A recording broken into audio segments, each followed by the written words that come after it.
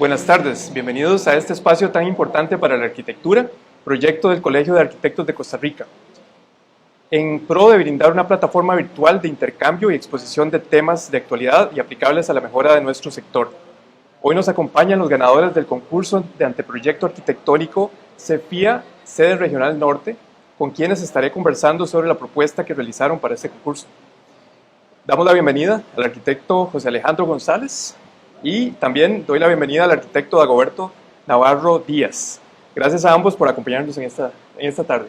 Muchas gracias, espero que estés muy bien y muchísimas gracias por el espacio para la entrevista. Encantado. Y yo, su servidor, Iván Delgado Salazar, voy a estar de moderador. Yo soy director de la Escuela de Arquitectura de la Universidad Veritas y también fui parte del jurado de ese concurso. A quienes nos acompañan, muchas gracias en todas las distintas plataformas. Bienvenidos y bueno, vamos a empezar con la entrevista. Vamos a hacer, si les parece de una vez, comenzamos con preguntas. Queremos conocer más sobre el proyecto, obviamente. Entonces, de lo primero que les quiero preguntar es, ¿cuáles consideran ustedes que fueron o que son los principales atributos de este proyecto?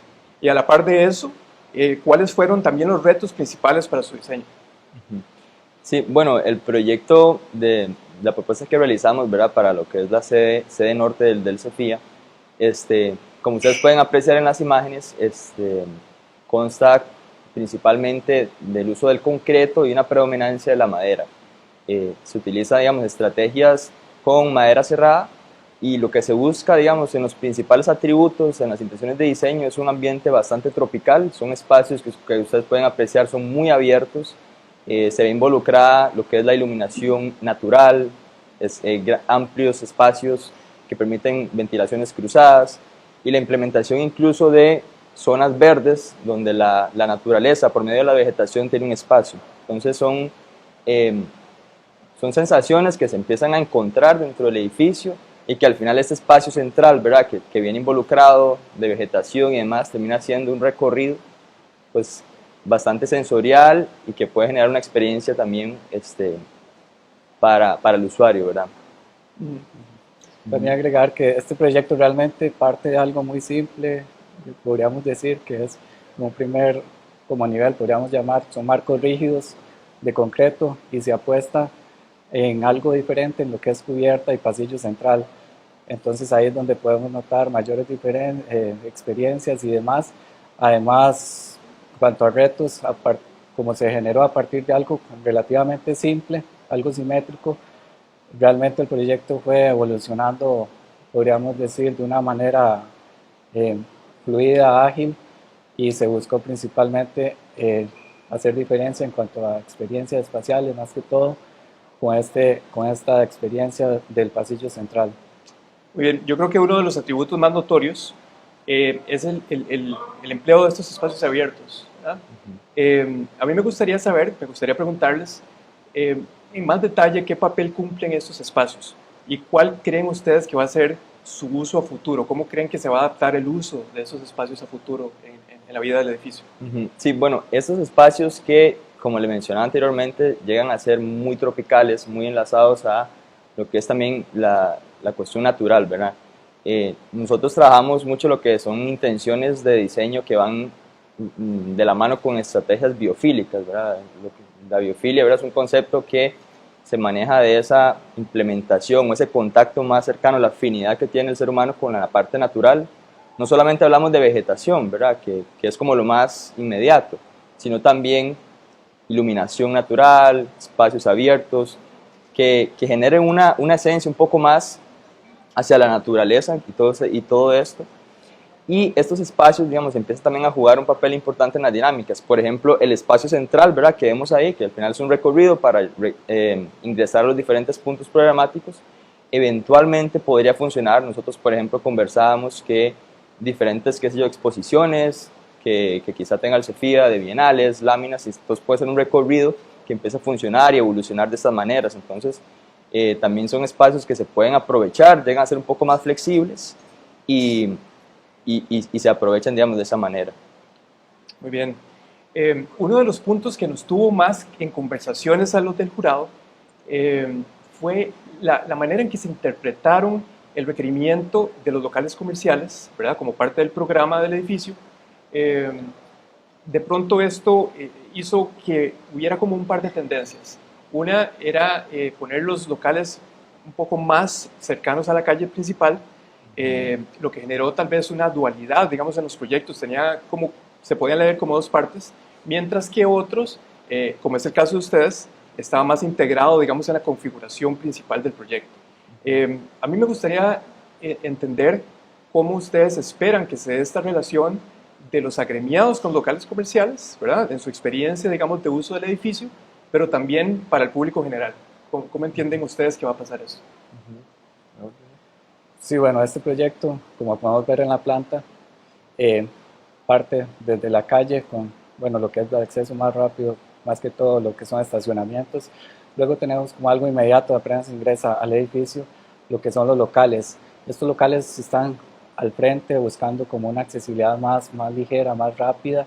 Seguido tenemos un módulo que es funciona como un tipo de catalizador, que ya son como unas funciones que como que detienen un poco más a las personas, que son la cafetería y plataforma. Entonces, por ejemplo, alguien viene a algo muy general del comercio, de pronto se puede quedar un momento en cafetería, igual si venía buscando asesoría o demás en arquitectura, ingeniería, puede pasar a plataforma. Entonces, de esta manera creemos que este módulo, lo que son en las letras B y C, funcionan como un catalizador, difuminar un poco el uso que viene ahí, y eventualmente hacia la parte posterior es más que todo ya lo que tiene que ver más con agremiados más que todo y sala de eventos. Aquí utilizamos algunos conceptos de flexibilidad espacial, como se puede ver en la parte final del edificio, lo posterior en la H e I, que eventualmente se podría ampliar el espacio, tener un gran salón de hasta 300 metros cuadrados. Entonces, eventualmente para eventos un poco más grandes, brinda esta flexibilidad el programa. Sí, también hay para agregar específicamente con los locales comerciales. A nosotros nos parece interesante, digamos, la involucración de esto en el programa del edificio. Si bien el edificio funciona, ¿verdad?, para hacer lo que son todas las documentaciones del CEFIA y demás, el hecho de que hayan locales comerciales hace que se involucre un poco más en las dinámicas urbanas, digamos, del transeúnte de calle, ¿verdad? Entonces empiezan a ingresar al menos al edificio, saben que el CEFIA está ahí, no necesariamente solo para cuando van a hacer pues cuestiones, ¿verdad?, meramente del CEFIA. Entonces es interesante, y como usted lo menciona, están estos en la parte pues frontal, ¿verdad?, en la parte de inicio, lo cual hace que no interfiera también con la que son las funciones ya más específicas del CEFIA, pero empieza a involucrar también al usuario común a la hora que empieza a utilizar los comercios, empieza a involucrarlo al CEFIA. Y como le menciono, si de repente este recorrido empieza a funcionar como un espacio también de exposición, empieza también a la gente a pues tal vez interesarse, ¿verdad?, por estos temas. Entonces nos parece interesante como para una vinculación con la ciudad y el tema urbano. Muy bien, muchas gracias. Otro de los puntos de discusión interesantes fueron varias sesiones de trabajo, fue un trabajo fuerte. De hecho, participó muchísima gente, ¿verdad? Y esto pues le da más crédito a la escogencia de su proyecto, de entre tantas propuestas, por dicha que cada vez se anima más gente a hacerlo. Pero definitivamente el tema de la apariencia del edificio, ¿verdad?, que es de lo primero que salta a la vista. Entonces, yo quería preguntarles cuál es la intencionalidad para la imagen que proyecta el edificio. ¿Cómo esperan ustedes que se interprete esto entre los agremiados con respecto a su relación con las otras sedes del colegio? Y también, ¿cuál esperan ustedes que sea el aporte del edificio en el entorno construido de su ubicación, ya para un público más amplio?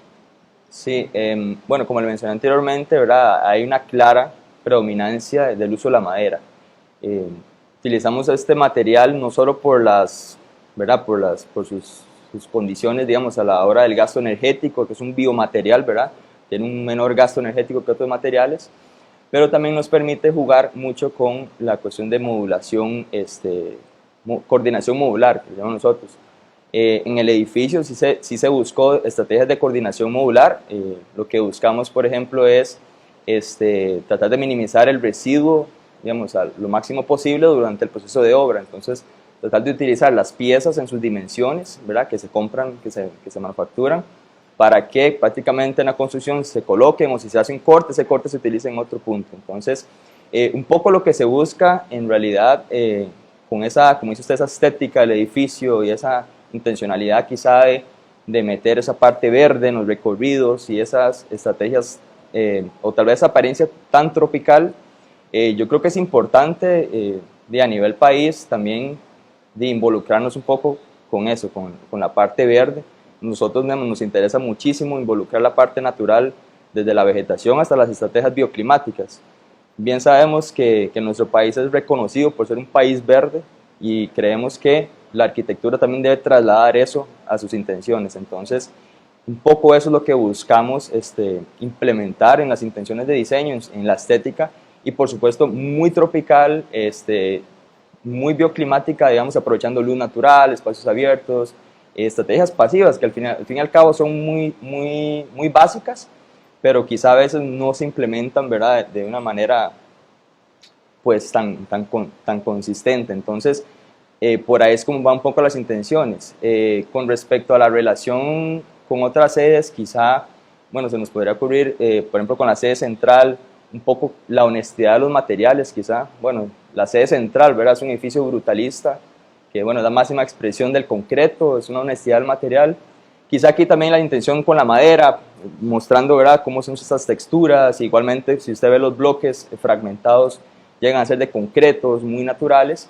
Entonces, son como esa honestidad del material que quizá llega a ser vinculado, ¿verdad?, con las otras sedes. Nosotros también tuvimos la oportunidad de participar y de tener, bueno, el honor de la sede sur, que también, bueno, va un poco con esa línea de los materiales, con el ladrillo, el bambú, llegan en su máxima expresión estética. Entonces, es un poco la vinculación que quizá se puedan relacionar. Muy bien, muchísimas gracias. Y como última pregunta, tal vez algunas conclusiones que ustedes tengan sobre la participación en este concurso, ya el proceso como tal.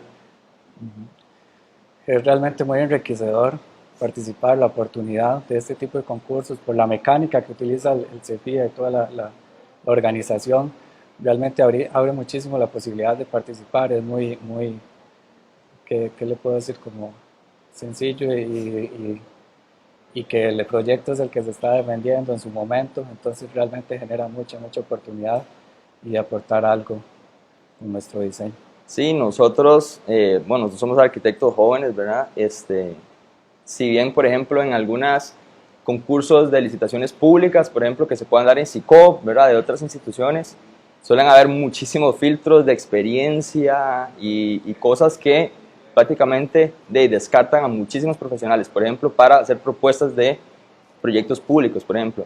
En el CEFIA sí hay una puerta muy abierta para que todo el mundo pueda participar, independientemente si son arquitectos jóvenes o con muchísima experiencia, y eso me parece, digamos, algo muy valioso que la Comisión de Concursos y el CEFIA, ¿verdad?, ha trabajado. Además de, como menciona Dagoberto, el proceso es muy transparente, todos los proyectos son anónimos, se valora el proyecto en sí sin saber quién está detrás. Entonces creo que es una metodología de aplaudir en realidad, y nosotros estamos pues súper contentos y es un honor para nosotros estar aquí en realidad. Así es, yo quisiera en esa misma línea decir que creo que hay un antes y un después, digamos, de esta seguidilla de concursos que estamos viendo. Yo estoy más que feliz con que esto pase en este país. Esperamos que siga pasando y que cada vez más gente se anime a participar, ¿verdad? Es un esfuerzo importante de parte de las oficinas, por supuesto, pero vale totalmente la pena, ¿verdad?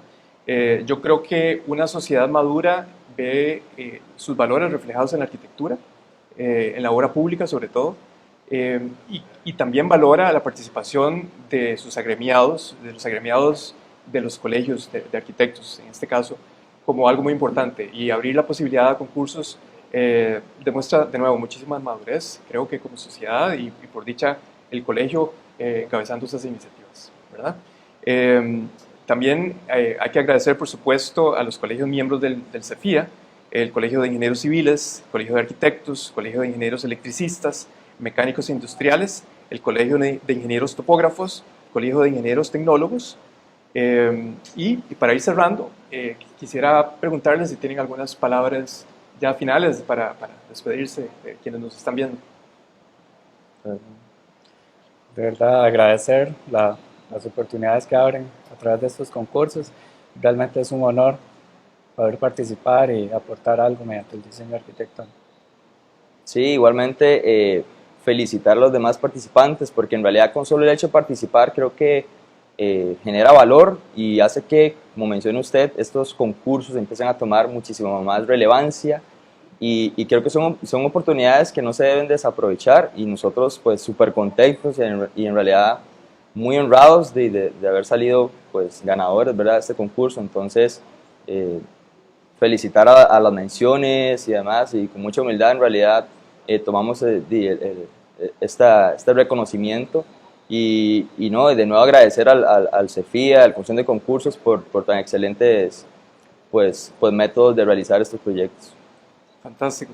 Y también, en nombre del colegio, quiero felicitar a las menciones honoríficas y a todos los participantes que entregaron la propuesta. El Colegio de Arquitectos de Costa Rica y el Colegio Federado de Ingenieros y de Arquitectos estamos muy satisfechos por el gran aporte que ha habido de forma democrática a través de este concurso. También queremos agradecer su compañía y apoyo por este espacio. Nos despedimos desde San Carlos. Muy buenas tardes.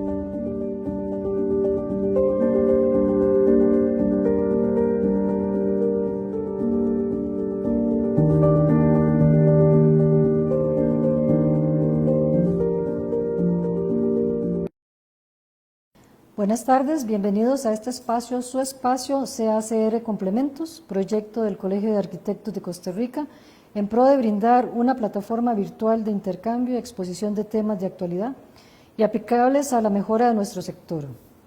Hoy nos acompañan los ganadores del concurso Anteproyecto Arquitectónico, Hábitat, Innovación y Madera, de la categoría de Espacios Educativos, y también con el equipo ganador de la categoría Innovación, Tecnología en el uso de la madera, con quienes estaré conversando sobre la propuesta que realizaron para este concurso. Debido a que tengo dos equipos ganadores, voy a permitirme a presentarme. Soy la arquitecta Lobelia Leonchín, miembro de la Junta Directiva de Ecomadera, y fui parte del jurado del concurso de Anteproyecto Arquitectónico Hábitat, Innovación y Madera. En esta ocasión doy la bienvenida al equipo ganador de la categoría Espacios Educativos, arquitecto Leonardo Ugalde Sancho, y al arquitecto Óscar Vargas Pardo. Les doy la palabra. Hola, ¿cómo están? Mucho gusto. Súper agradecidos de estar acá. Súper contentos de haber primero participar y obviamente de ganar, lógicamente. Orgullosos también del trabajo que se realizó y que valiosamente también agradecer a todo el jurado también que lo valoró de la misma forma que nosotros. Entonces, muchísimas gracias por la invitación y por invitarnos a estar acá. Sí, igualmente muchas gracias al CEPI, a la Embajada de Suiza, a todos los organizadores del proyecto, por permitirnos visualizar la importancia del uso de la madera y en nuestro caso también en una reserva, bueno, en una zona indígena, claro, que nos pareció muy pertinente el uso de la madera y que nos permitan visualizar esta problemática que a veces se da de lo complejo que es las estructuras educativas en esta zona. Claro que sí. Ok, gracias a ambos por acompañarnos esta tarde.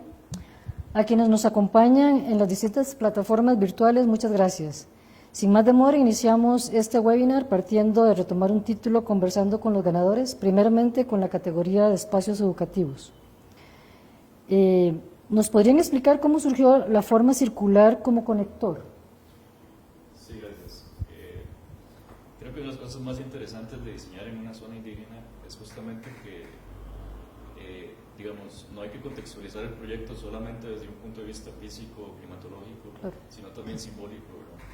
Porque por ejemplo, la comunidad indígena Piririca Beca, si uno analiza la arquitectura de ellos, es altamente simbólica. Todo el valor de la cosmovisión, digamos, que manejan, claro. Entonces quisimos darle, digamos, ese simbolismo al proyecto, especialmente en la planta de conjunto, al configurar el proyecto con planta circular. Claro. Basados, tal vez ahora que expliquemos el proyecto, voy a poder ampliar un poco más sobre esta cosmovisión y cómo se basa en la casa típica o la casa cósmica talamanqueña. Claro. Ahora más adelante tal vez se lo explico un poco más. Muy bien. Ok. ¿Le podemos explicar al público cómo aplican al diseño que sea autosuficiente y con un bajo impacto? Creo que los proyectos autosuficientes o de bajo impacto creo que debe ser tan básico como ponerle puertas o ventanas a una casa. Sí, claro.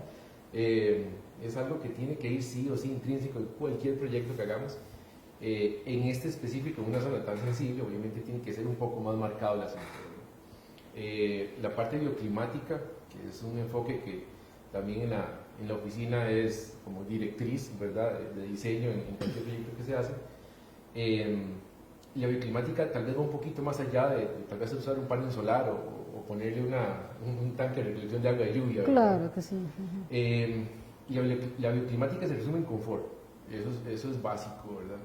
Entonces, hay preguntas claves antes de empezar cualquier proyecto, y este en específico es para quién diseñamos, que es indispensable, el usuario es indispensable porque en ese se basa el confort, porque al final nosotros diseñamos como arquitectos son cáscaras, Claro que sí. ¿verdad? Para que la gente esté adentro.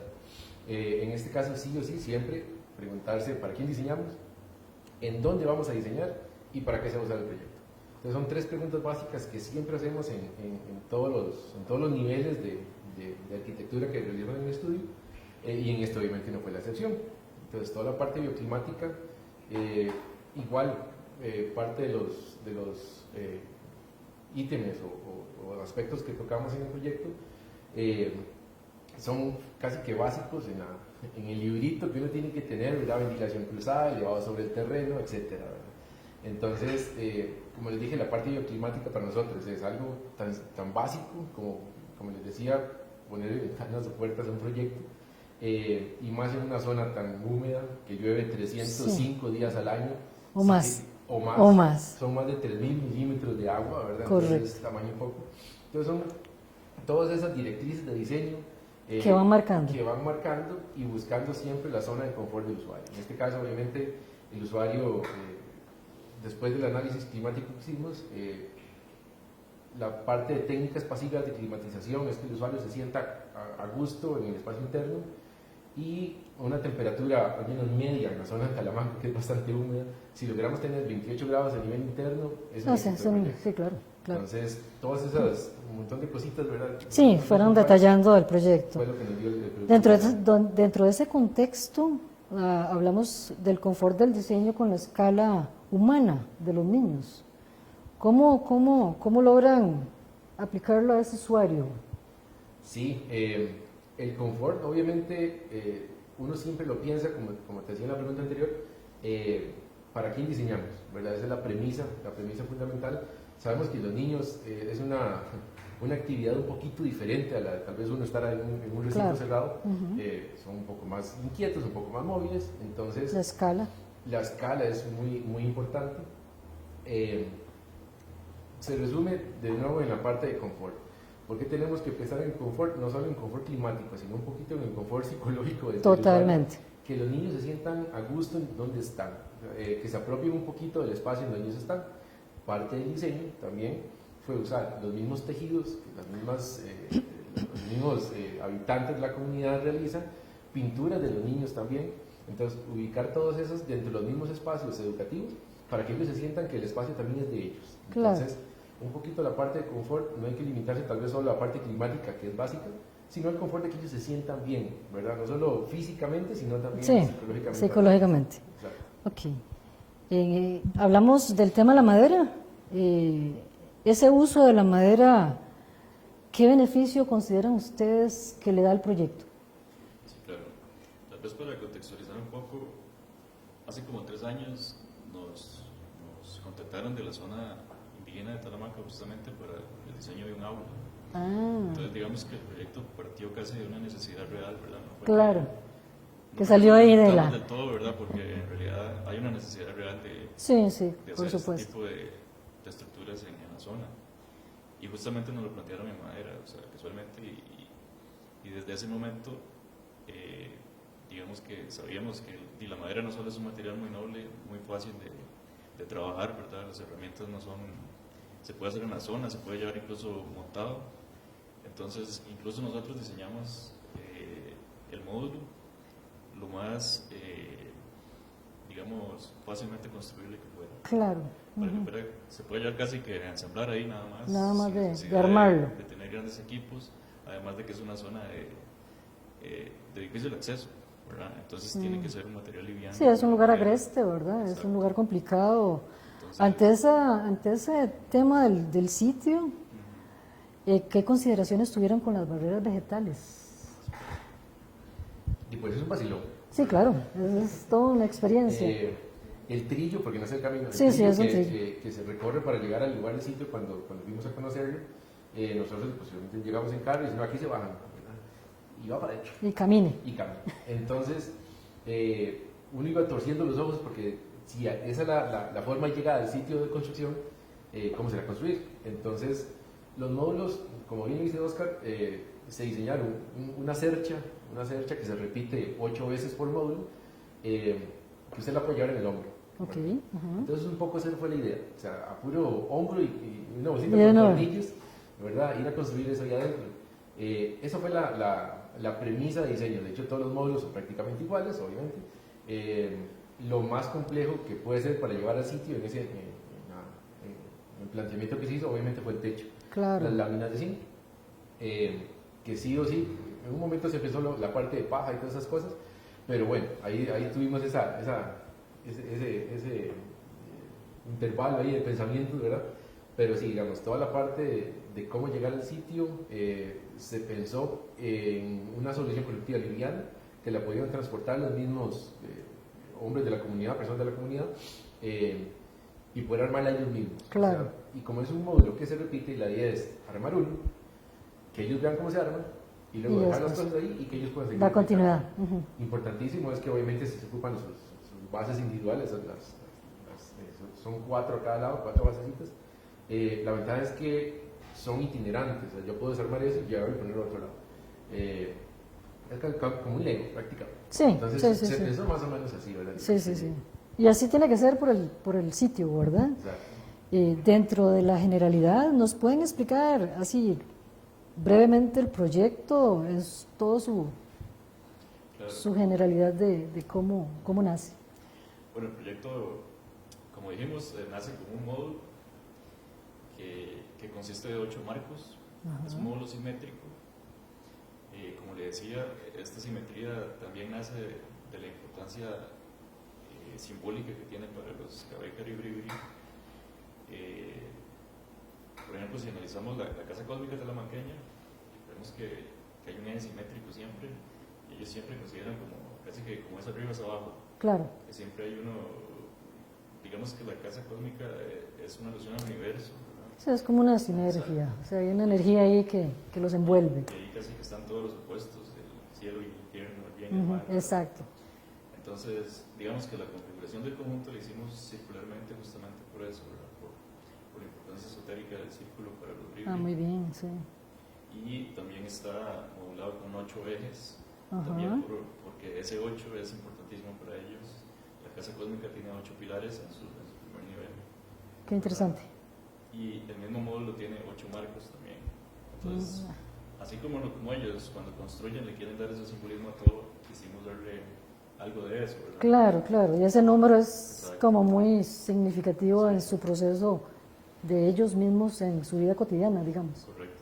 Es decir, que el análisis no fuera solo por el contexto y el clima, sino también por lo simbólico que puede ser el proyecto para ellos, ¿verdad? Claro. Casi que se convierte como en un centro comunitario, no solo lo vimos como desde el punto de vista educativo, porque ellos lo que ocupan tienen un sistema unidocente, ¿verdad? Entonces tal vez ellos no ocupen 7 módulos, 8 módulos, pero tal vez 3 de esos sean aulas, tal vez otros sean un centro Sí, de zonas de estar, o sí, cosas sí, que sí, ellos sí. necesiten, ¿verdad? Entonces el módulo se vuelve un centro comunitario.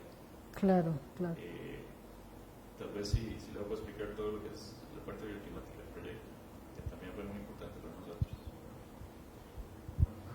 Sí, como les mencionaba antes también, la parte del clima nos da las primeras directrices de cómo iniciar el diseño.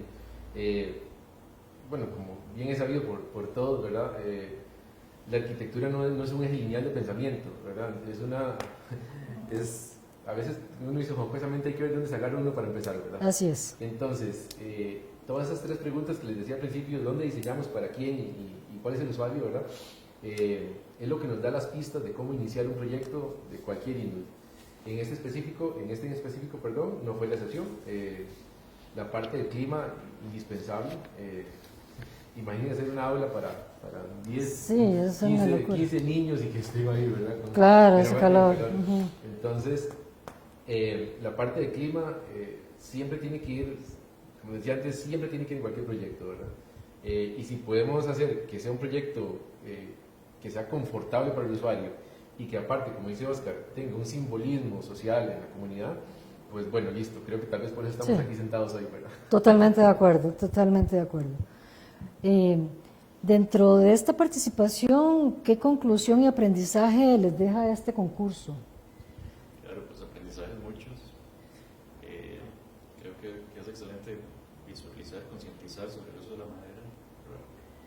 Y no solo eso, también visualizar sobre, como decía, las zonas indígenas, ¿verdad? La arquitectura educativa en madera para las zonas indígenas, si estos módulos pudieran replicarse, claro, no solo en Talamanca, sí, es viable. sería genial, ¿verdad? Bueno, esa es la idea. Claro. Ya lo vimos ahí en la asamblea que tuvimos hace un ratico. Y sí, ojalá que se pueda continuar con este proyecto, ya es la segunda edición, ojalá que el CEPIA de verdad que lo haga año con año, porque es muy importante el proyecto para que la gente también entienda la importancia de la madera en Costa Rica. Claro. Como último punto, ¿invitarían ustedes a colegas para que tengan participación en concursos arquitectónicos que está realizando el Colegio de Arquitectos de Costa Rica? Y pues, ¿cómo decir que no, verdad? Sí, por supuesto. No decir no, nada más. Sí. No, por supuesto. A mí, uno peca de inocente, dice uno, ¿verdad? A uno se le pasa, honestamente, a veces uno se le van las comunicaciones. Sí. Y en el trajín diario de estar en el trabajo, en la oficina, pues se le van. Importantísimo, los otros compañeros ganadores de la otra categoría, me parece súper valioso que hayan hecho un equipo entre profesionales y estudiantes. ¿Por qué? Porque de esa forma es un buen equipo de trabajo entre experiencia y juventud, dicen, ¿verdad? Exactamente. Y es súper valioso. De hecho, la parte académica a nivel de concursos casi siempre o siempre son los que tienen mayor cantidad de participación y también mayor cantidad de ganadores. Por supuesto. Invitarlos, pues claro que sí, es una experiencia muy bonita. Da un repetido riquísimo, no sé si eso estuvo por ahí. Y no, pues, bienvenidos, claro, genial, la experiencia es muy bonita. Y nada, pues sí, que se sigan dando. Que se echen al agua. Ok. Bueno, agradezco la participación del arquitecto Leonardo y del arquitecto Oscar, pero antes felicitarlos por la entrega en el diseño y por la propuesta que presentaron. Gracias. Muchísimas gracias. Ahora continuamos en esta segunda etapa de entrevistas con los ganadores de la categoría Innovación Tecnológica en el uso de la madera, por lo cual presento a los integrantes del equipo. Arquitecto Carlos Álvarez Guzmán, gracias por acompañarnos en esta tarde. Muchísimas gracias, Noelia. Para nosotros es un placer, bueno, primero haber ganado, eso es divertido, y después estar en un proyecto importante como son los concursos de innovación y proyectos que van a trascender en el país en el futuro, sobre todo porque estamos volviendo a una tradición. Entonces, muchísimas gracias. De acuerdo. Arquitecto Carlos Ernesto Quesada Rojas, unas palabras. Muchas gracias por la invitación. En realidad es una segunda oportunidad para poder expresar algunas de nuestras ideas en la parte de diseño que tomamos muy en cuenta y sobre todo pues que son proyectos que nos brindan la oportunidad de poder rescatar toda esa identidad que tuvimos con la madera y que el planeta nos está pidiendo a gritos en estos tiempos. Muchas gracias.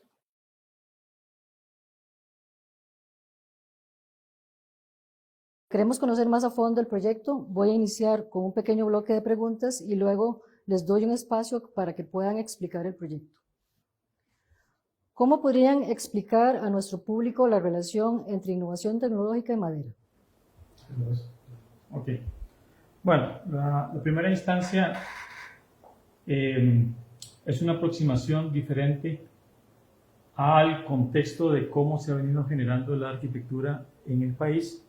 Acordémonos que nosotros venimos de un proceso donde el concreto era el principal material de construcción, entonces tenemos una línea que es brutalista, si se quiere, en algún momento.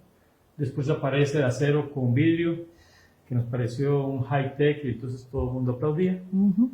Y de pronto aparece este tema que es una gran oportunidad, que es volver a conocer, a recordar cómo podemos hacer proyectos con otro material, que es la madera.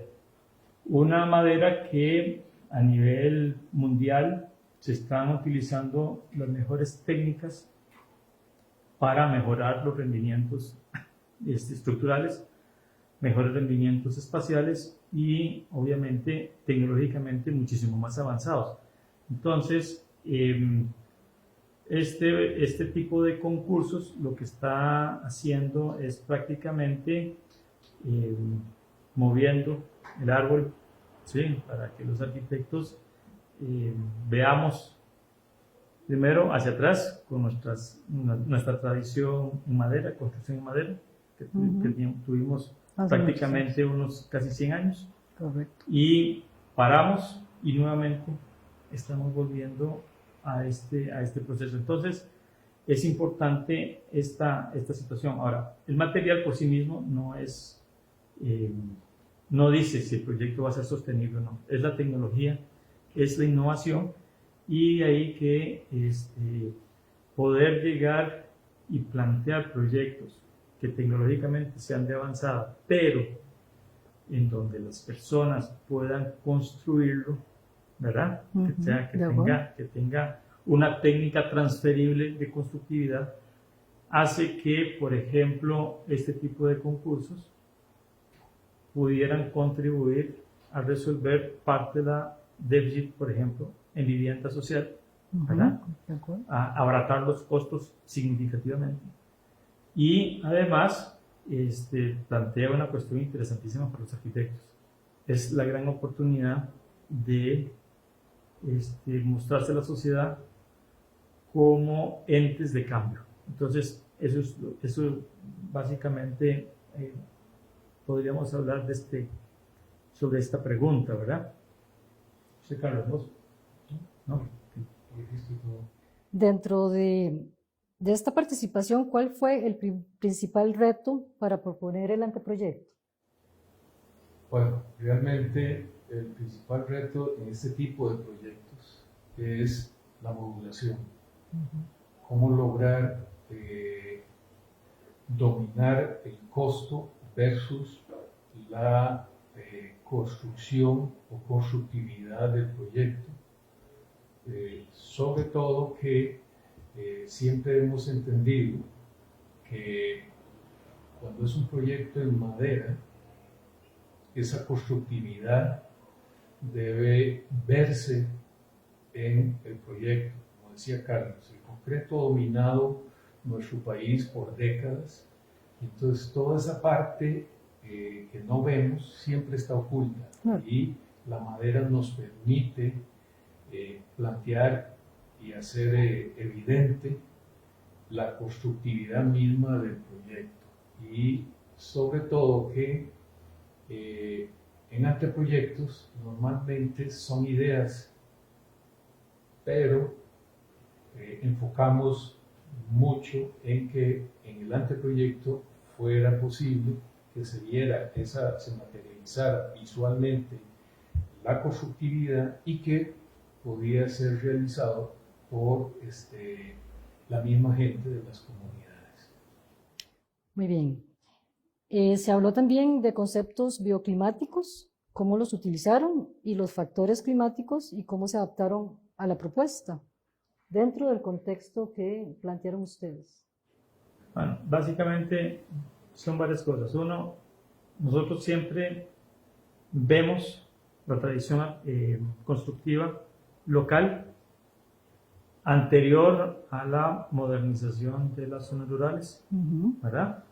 Porque la modernización de las zonas rurales prácticamente llevaron San José a los diferentes pueblos sin tomar en consideración condiciones como la humedad, como el soleamiento, como el recurso paisaje, o sea, se olvidó todo. Entonces, prácticamente lo que se está haciendo en este momento en las zonas rurales es urbanizar sin consideración al contexto. Entonces, lo primero que se hizo fue hacer una evaluación de la tradición constructiva anterior, adaptación al clima, ¿verdad? O sea, que ya la tropicalización va siguiendo de la siguiente frase, ¿verdad? La arquitectura sigue al clima, ¿verdad?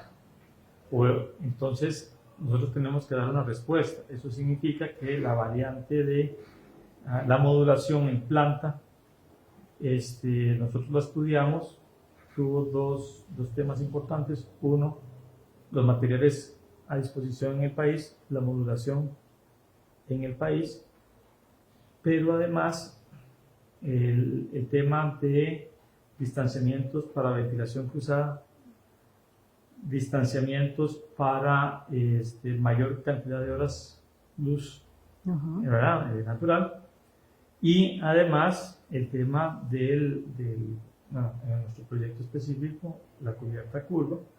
Esto es interesante porque la cubierta curva acelera el viento. ¿Ya? Entonces, eso fue un tema importantísimo, y de ahí que también planteáramos que la piel se pudiera mover, ¿verdad? De alguna forma, para que tener dos condiciones. Una, que funcionara como una piel. Eso significa que tiene una permeabilidad, significa que entra un aire a través de un petatillo. El petatillo más o menos reduce la velocidad del viento un 60%, ¿verdad? Entonces, ¿qué pasaba en caso de calor si nosotros sabríamos la dirección del viento? Toda la pared? Entonces, esas paredes se convirtieran también en direccionadores del viento. Entonces, teníamos también una relación interior-exterior que en la arquitectura tradicional existía en Costa Rica, ¿verdad? Cuando teníamos los corredores frente al jardín, y que la idea fue recuperar eso. La otra cuestión importante es que prefabricamos la estructuración de los cimientos, ¿verdad? Que ya vinieran construidos para hacer excavación. Y solo colocarlos. Solamente que funcionara como Lego, solamente para embutir las piezas, ¿verdad? Nosotros diseñamos las piezas para que nada más atornillar, ¿verdad? Entonces, que con menos herramientas se pudiera construir. El otro tema también importante es que levantamos el proyecto del suelo, condición importante para el enfriamiento del espacio a nivel de darle uniformidad y mantener la humedad de una manera controlada. No es que vamos a quitar la humedad, pero sí la vamos a controlar. Entonces, son temas, y además tomamos en consideración factores de inundación. Aquí, bueno, nosotros... Está ubicado en la zona atlántica. En la zona atlántica. Pero, ojo, con el calentamiento global, los patrones climáticos en Costa Rica van a cambiar. Entonces, esos patrones climáticos tenemos que entender que nos van a forzar a una nueva estructuración de la arquitectura que se levanta en pilotos. Bueno, Le Corbusier habló de pilotes, pero acordémonos que los indígenas ya lo manejaban los palafitos, y la lógica indica que si los indígenas lo hicieron, Le Corbusier lo escopió, ¿verdad?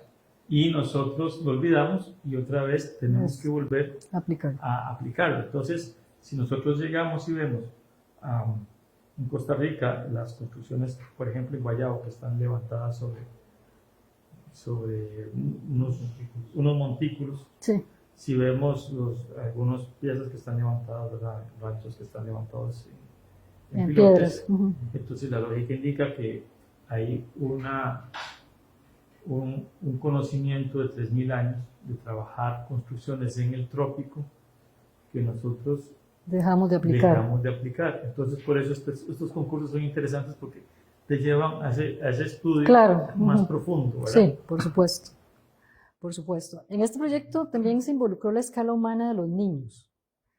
¿Nos podrían explicar dentro de todo el panorama brevemente el proyecto con este tema? Sí, eso fue básico, eso fue interesantísimo. Porque lo primero que hicimos fue, no me van a creer, o sea, sentarse como en una silla, ¿sí? Y entonces poder ver cómo ellos podrían ver, porque la dimensión es diferente. O sea, Sí. la proyección a 1.70 es muy diferente a la proyección a De un niño.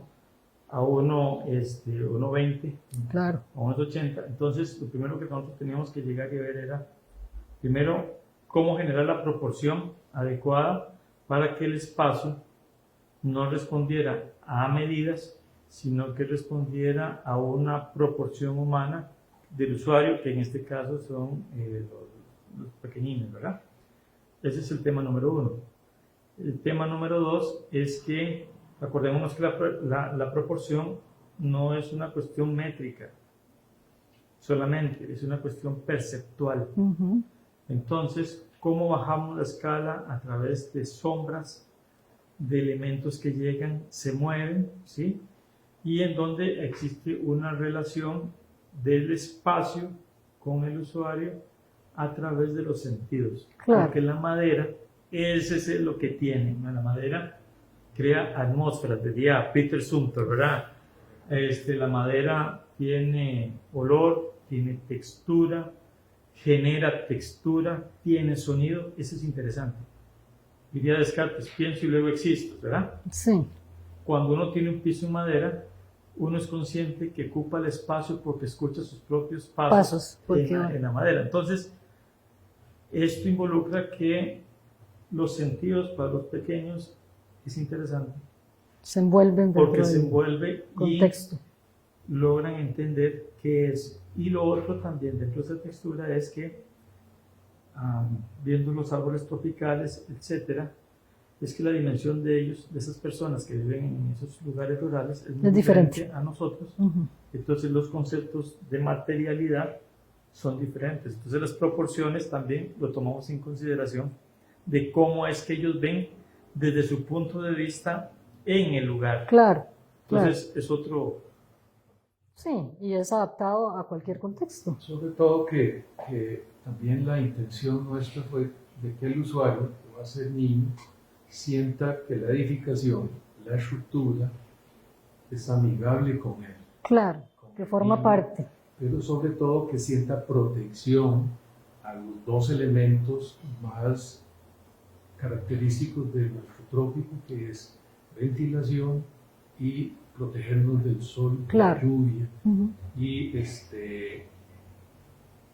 por su escala humana, que perciban que el espacio que se les propone va en beneficio del uso que ellos le están dando y no todo lo contrario, claro, que es lo que pasa con el aula tradicional, sí, o la edificación tradicional. Sí, más bien lo hacen parte de... Lo hacen parte de... Incluso ese techo curvo, el techo curvo... Sí, ya te iba a decir, es un tema de cobijo, sí, integral de lo de ellos vienen, ¿verdad? Sienten esa suavidad. Y claro, entonces entra con un ritmo de techo curvo, techo curvo, techo curvo, y entonces no se sienten aplastados.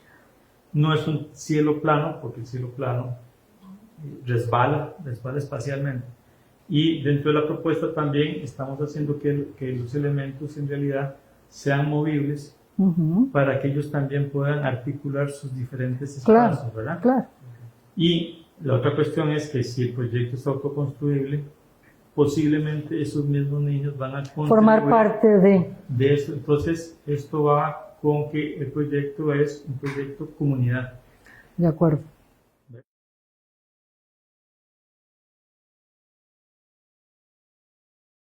También queremos dar la bienvenida a los estudiantes de arquitectura que forman parte de este grupo ganador. Se van pasando el micrófono para que puedan saludar a la audiencia. Caleb José Ulloa Guillén. Buenas tardes, estoy muy contento de estar aquí en esta entrega de premios y muy feliz de compartir esta experiencia con mis compañeros profesores y mis colegas estudiantes. Daniela Arce Mora. Bueno, un placer la invitación y estar aquí y la oportunidad en general, gracias a los profesores que nos han permitido y nos han dado la oportunidad de participar en estos proyectos con ellos y de incorporarnos a nosotros en este equipo. Marcelo Quiroz Castillo. Buenas tardes, es un verdadero honor estar aquí presente con ustedes y bueno, para poder hablarles un poco de este proyecto ganador.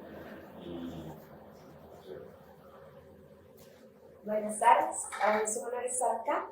Igual como dijeron todos los compañeros, agradecerle a nuestros profesores, al arquitecto Carlos Álvarez y al arquitecto Carlos Quesada por estas oportunidades que nos brindan. Nos habló Adriana Paola López Alfaro. Y por último tenemos a Paolo Josué Silva Díaz, que no está presente. Dentro de la experiencia que tuvieron, como conclusiones, ¿qué les pareció el proceso del concurso? ¿Cómo fue? ¿Si fue dinámico dentro de todo el panorama que vivieron? Sí, claro, digamos, bien sabemos que el proceso arquitectónico de diseño no es un proceso lineal, es un proceso que tiene retrocesos constantemente y este no fue la excepción. Este proyecto tuvo un orden muy interesante, ya que pudimos replantear los varios asuntos que no habían terminado de resolverse apropiadamente. Más que todo aspectos estructurales, aspectos de respuestas al entorno, que siento que son los puntos más determinantes del proyecto.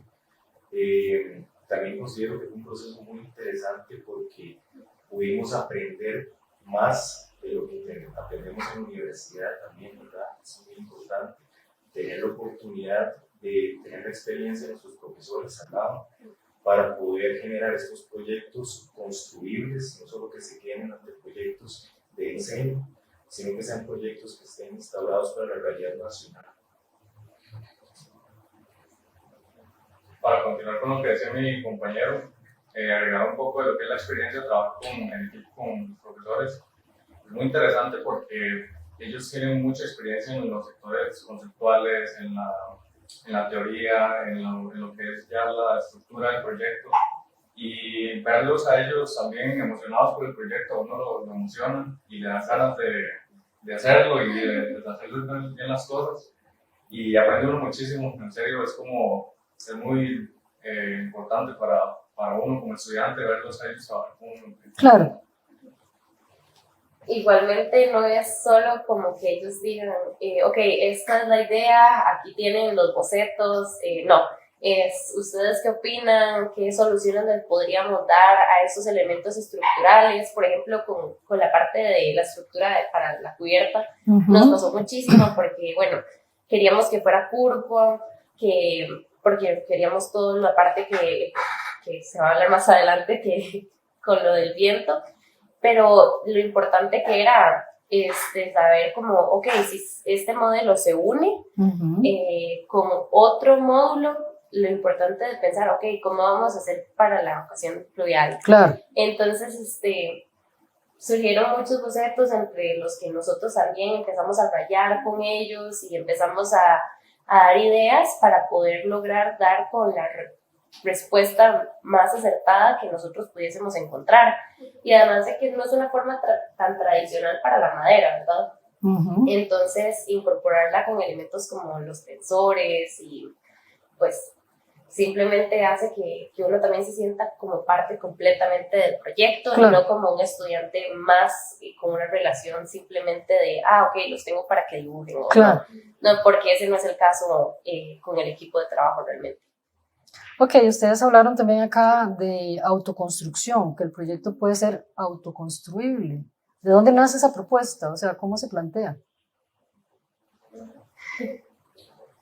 La idea de esta propuesta es generar, bueno, como el nombre lo dice, que se construya fácilmente, que no requiera mucha mano de obra, sino que se pueda llegar al sitio y ensamblar las piezas, porque para eso es que se modula, y la madera juega un papel muy importante porque da la capacidad de modular piezas, claro, tanto curvas como todas las estructurales, todas las uniones, y eso nos permite hacer que sea así de fácil de llegar y ensamblar, y que sea viable y también en tiempo. Para agregar también a lo que dijo mi compañero, bueno, estamos utilizando arquitectura itinerante. Entonces son estructuras que se pueden trasladar según una emergencia o alguna catástrofe natural. Tenemos la capacidad de mover estos módulos a diferentes posiciones por su rigidez. La madera es un material súper modular, súper fácil de aplicar en diferentes espacios complicados, en sectores topográficos que no tengan esa facilidad plana a la que estamos acostumbrados en estructuras de concreto. Entonces, eso es algo también importante resaltar. Igualmente, a la hora de pensar en el proyecto, lo que se pensó fue, queremos que sea así, pero busquemos la manera de que sean la menor cantidad de piezas posibles para que a la hora de ensamblar sea más fácil para las personas que van a trabajar en la construcción del proyecto. Entonces, a la hora de construirse es realmente como armar un rompecabezas, ¿verdad? Tenemos todas las piezas que no van a estar simplemente todo así como separados sin saber qué hacer, sino que van a estar como en su elemento más grande, y eso va a permitir que sea más fácil el ensamble, ¿verdad? claro, me imagino que por eso se propone dentro de la categoría de innovación, ¿verdad? Porque lo modulan de tal manera que van a lograr el proyecto con mucha facilidad en cualquier contexto con esas características. Sí. ¿Verdad? Bueno, muy interesante la propuesta, y más cuando es explicada por sus diseñadores. Muy agradecida por el espacio que nos han brindado. Estoy segura que el público también está muy complacido con la explicación que nos han brindado. También felicitamos a las menciones honoríficas como jurado. Puedo dar fe que fue un proceso duro, arduo y lleno de muchas ideas y propuestas muy valiosas. Por ello agradezco en nombre de todo el jurado a todos los participantes que sacaron el tiempo para estudiar las bases, entregaron sus propuestas. El Colegio de Arquitectos de Costa Rica se complace con el mayor aporte que han brindado de forma democrática a través de este concurso. Agradeciendo su compañía y apoyo en este espacio, nos despedimos desde Casa 5 del Colegio de Arquitectos de Costa Rica. Buenas tardes. Desde el año 2020, la Cámara Forestal Madera e Industria emprendió una ruta para la reactivación de la construcción en madera. En este proceso nos acompañó la Embajada de Suiza, el Ministerio de Vivienda, el Instituto Costarricense de Maderas, el Colegio Federado de Arquitectos e Ingenieros, el Colegio de Arquitectos de Costa Rica y múltiples aliados que se sumaron a esta ruta. Precisamente eso nos llevó a tener una primera edición del concurso en 2021 y este año cerrar con un proceso de premiación que nos permite otorgar alternativas de solución a la infraestructura educativa que requiere el país. En este proceso hemos visto los múltiples retos que requiere el sector forestal para poder ofertar esta materia prima, para poder suplir esa demanda que tiene el sector de la construcción y también pues valorar en conjunto con quienes utilizan este valioso recurso la ruta hacia la descarbonización, el uso sostenible de los recursos forestales, la madera, volver a nuestras raíces, volver al uso de la madera para la construcción y poder tener nuevas ediciones de este concurso. Para nosotros es sumamente importante continuar con todas estas alianzas y poder fortalecer este segmento tan importante de la cadena de valor forestal para el beneficio del país, de las áreas rurales, del desarrollo económico del país y poder fortalecer también en este proceso al sector de la academia, que también viene a ser fundamental para lograr estas metas.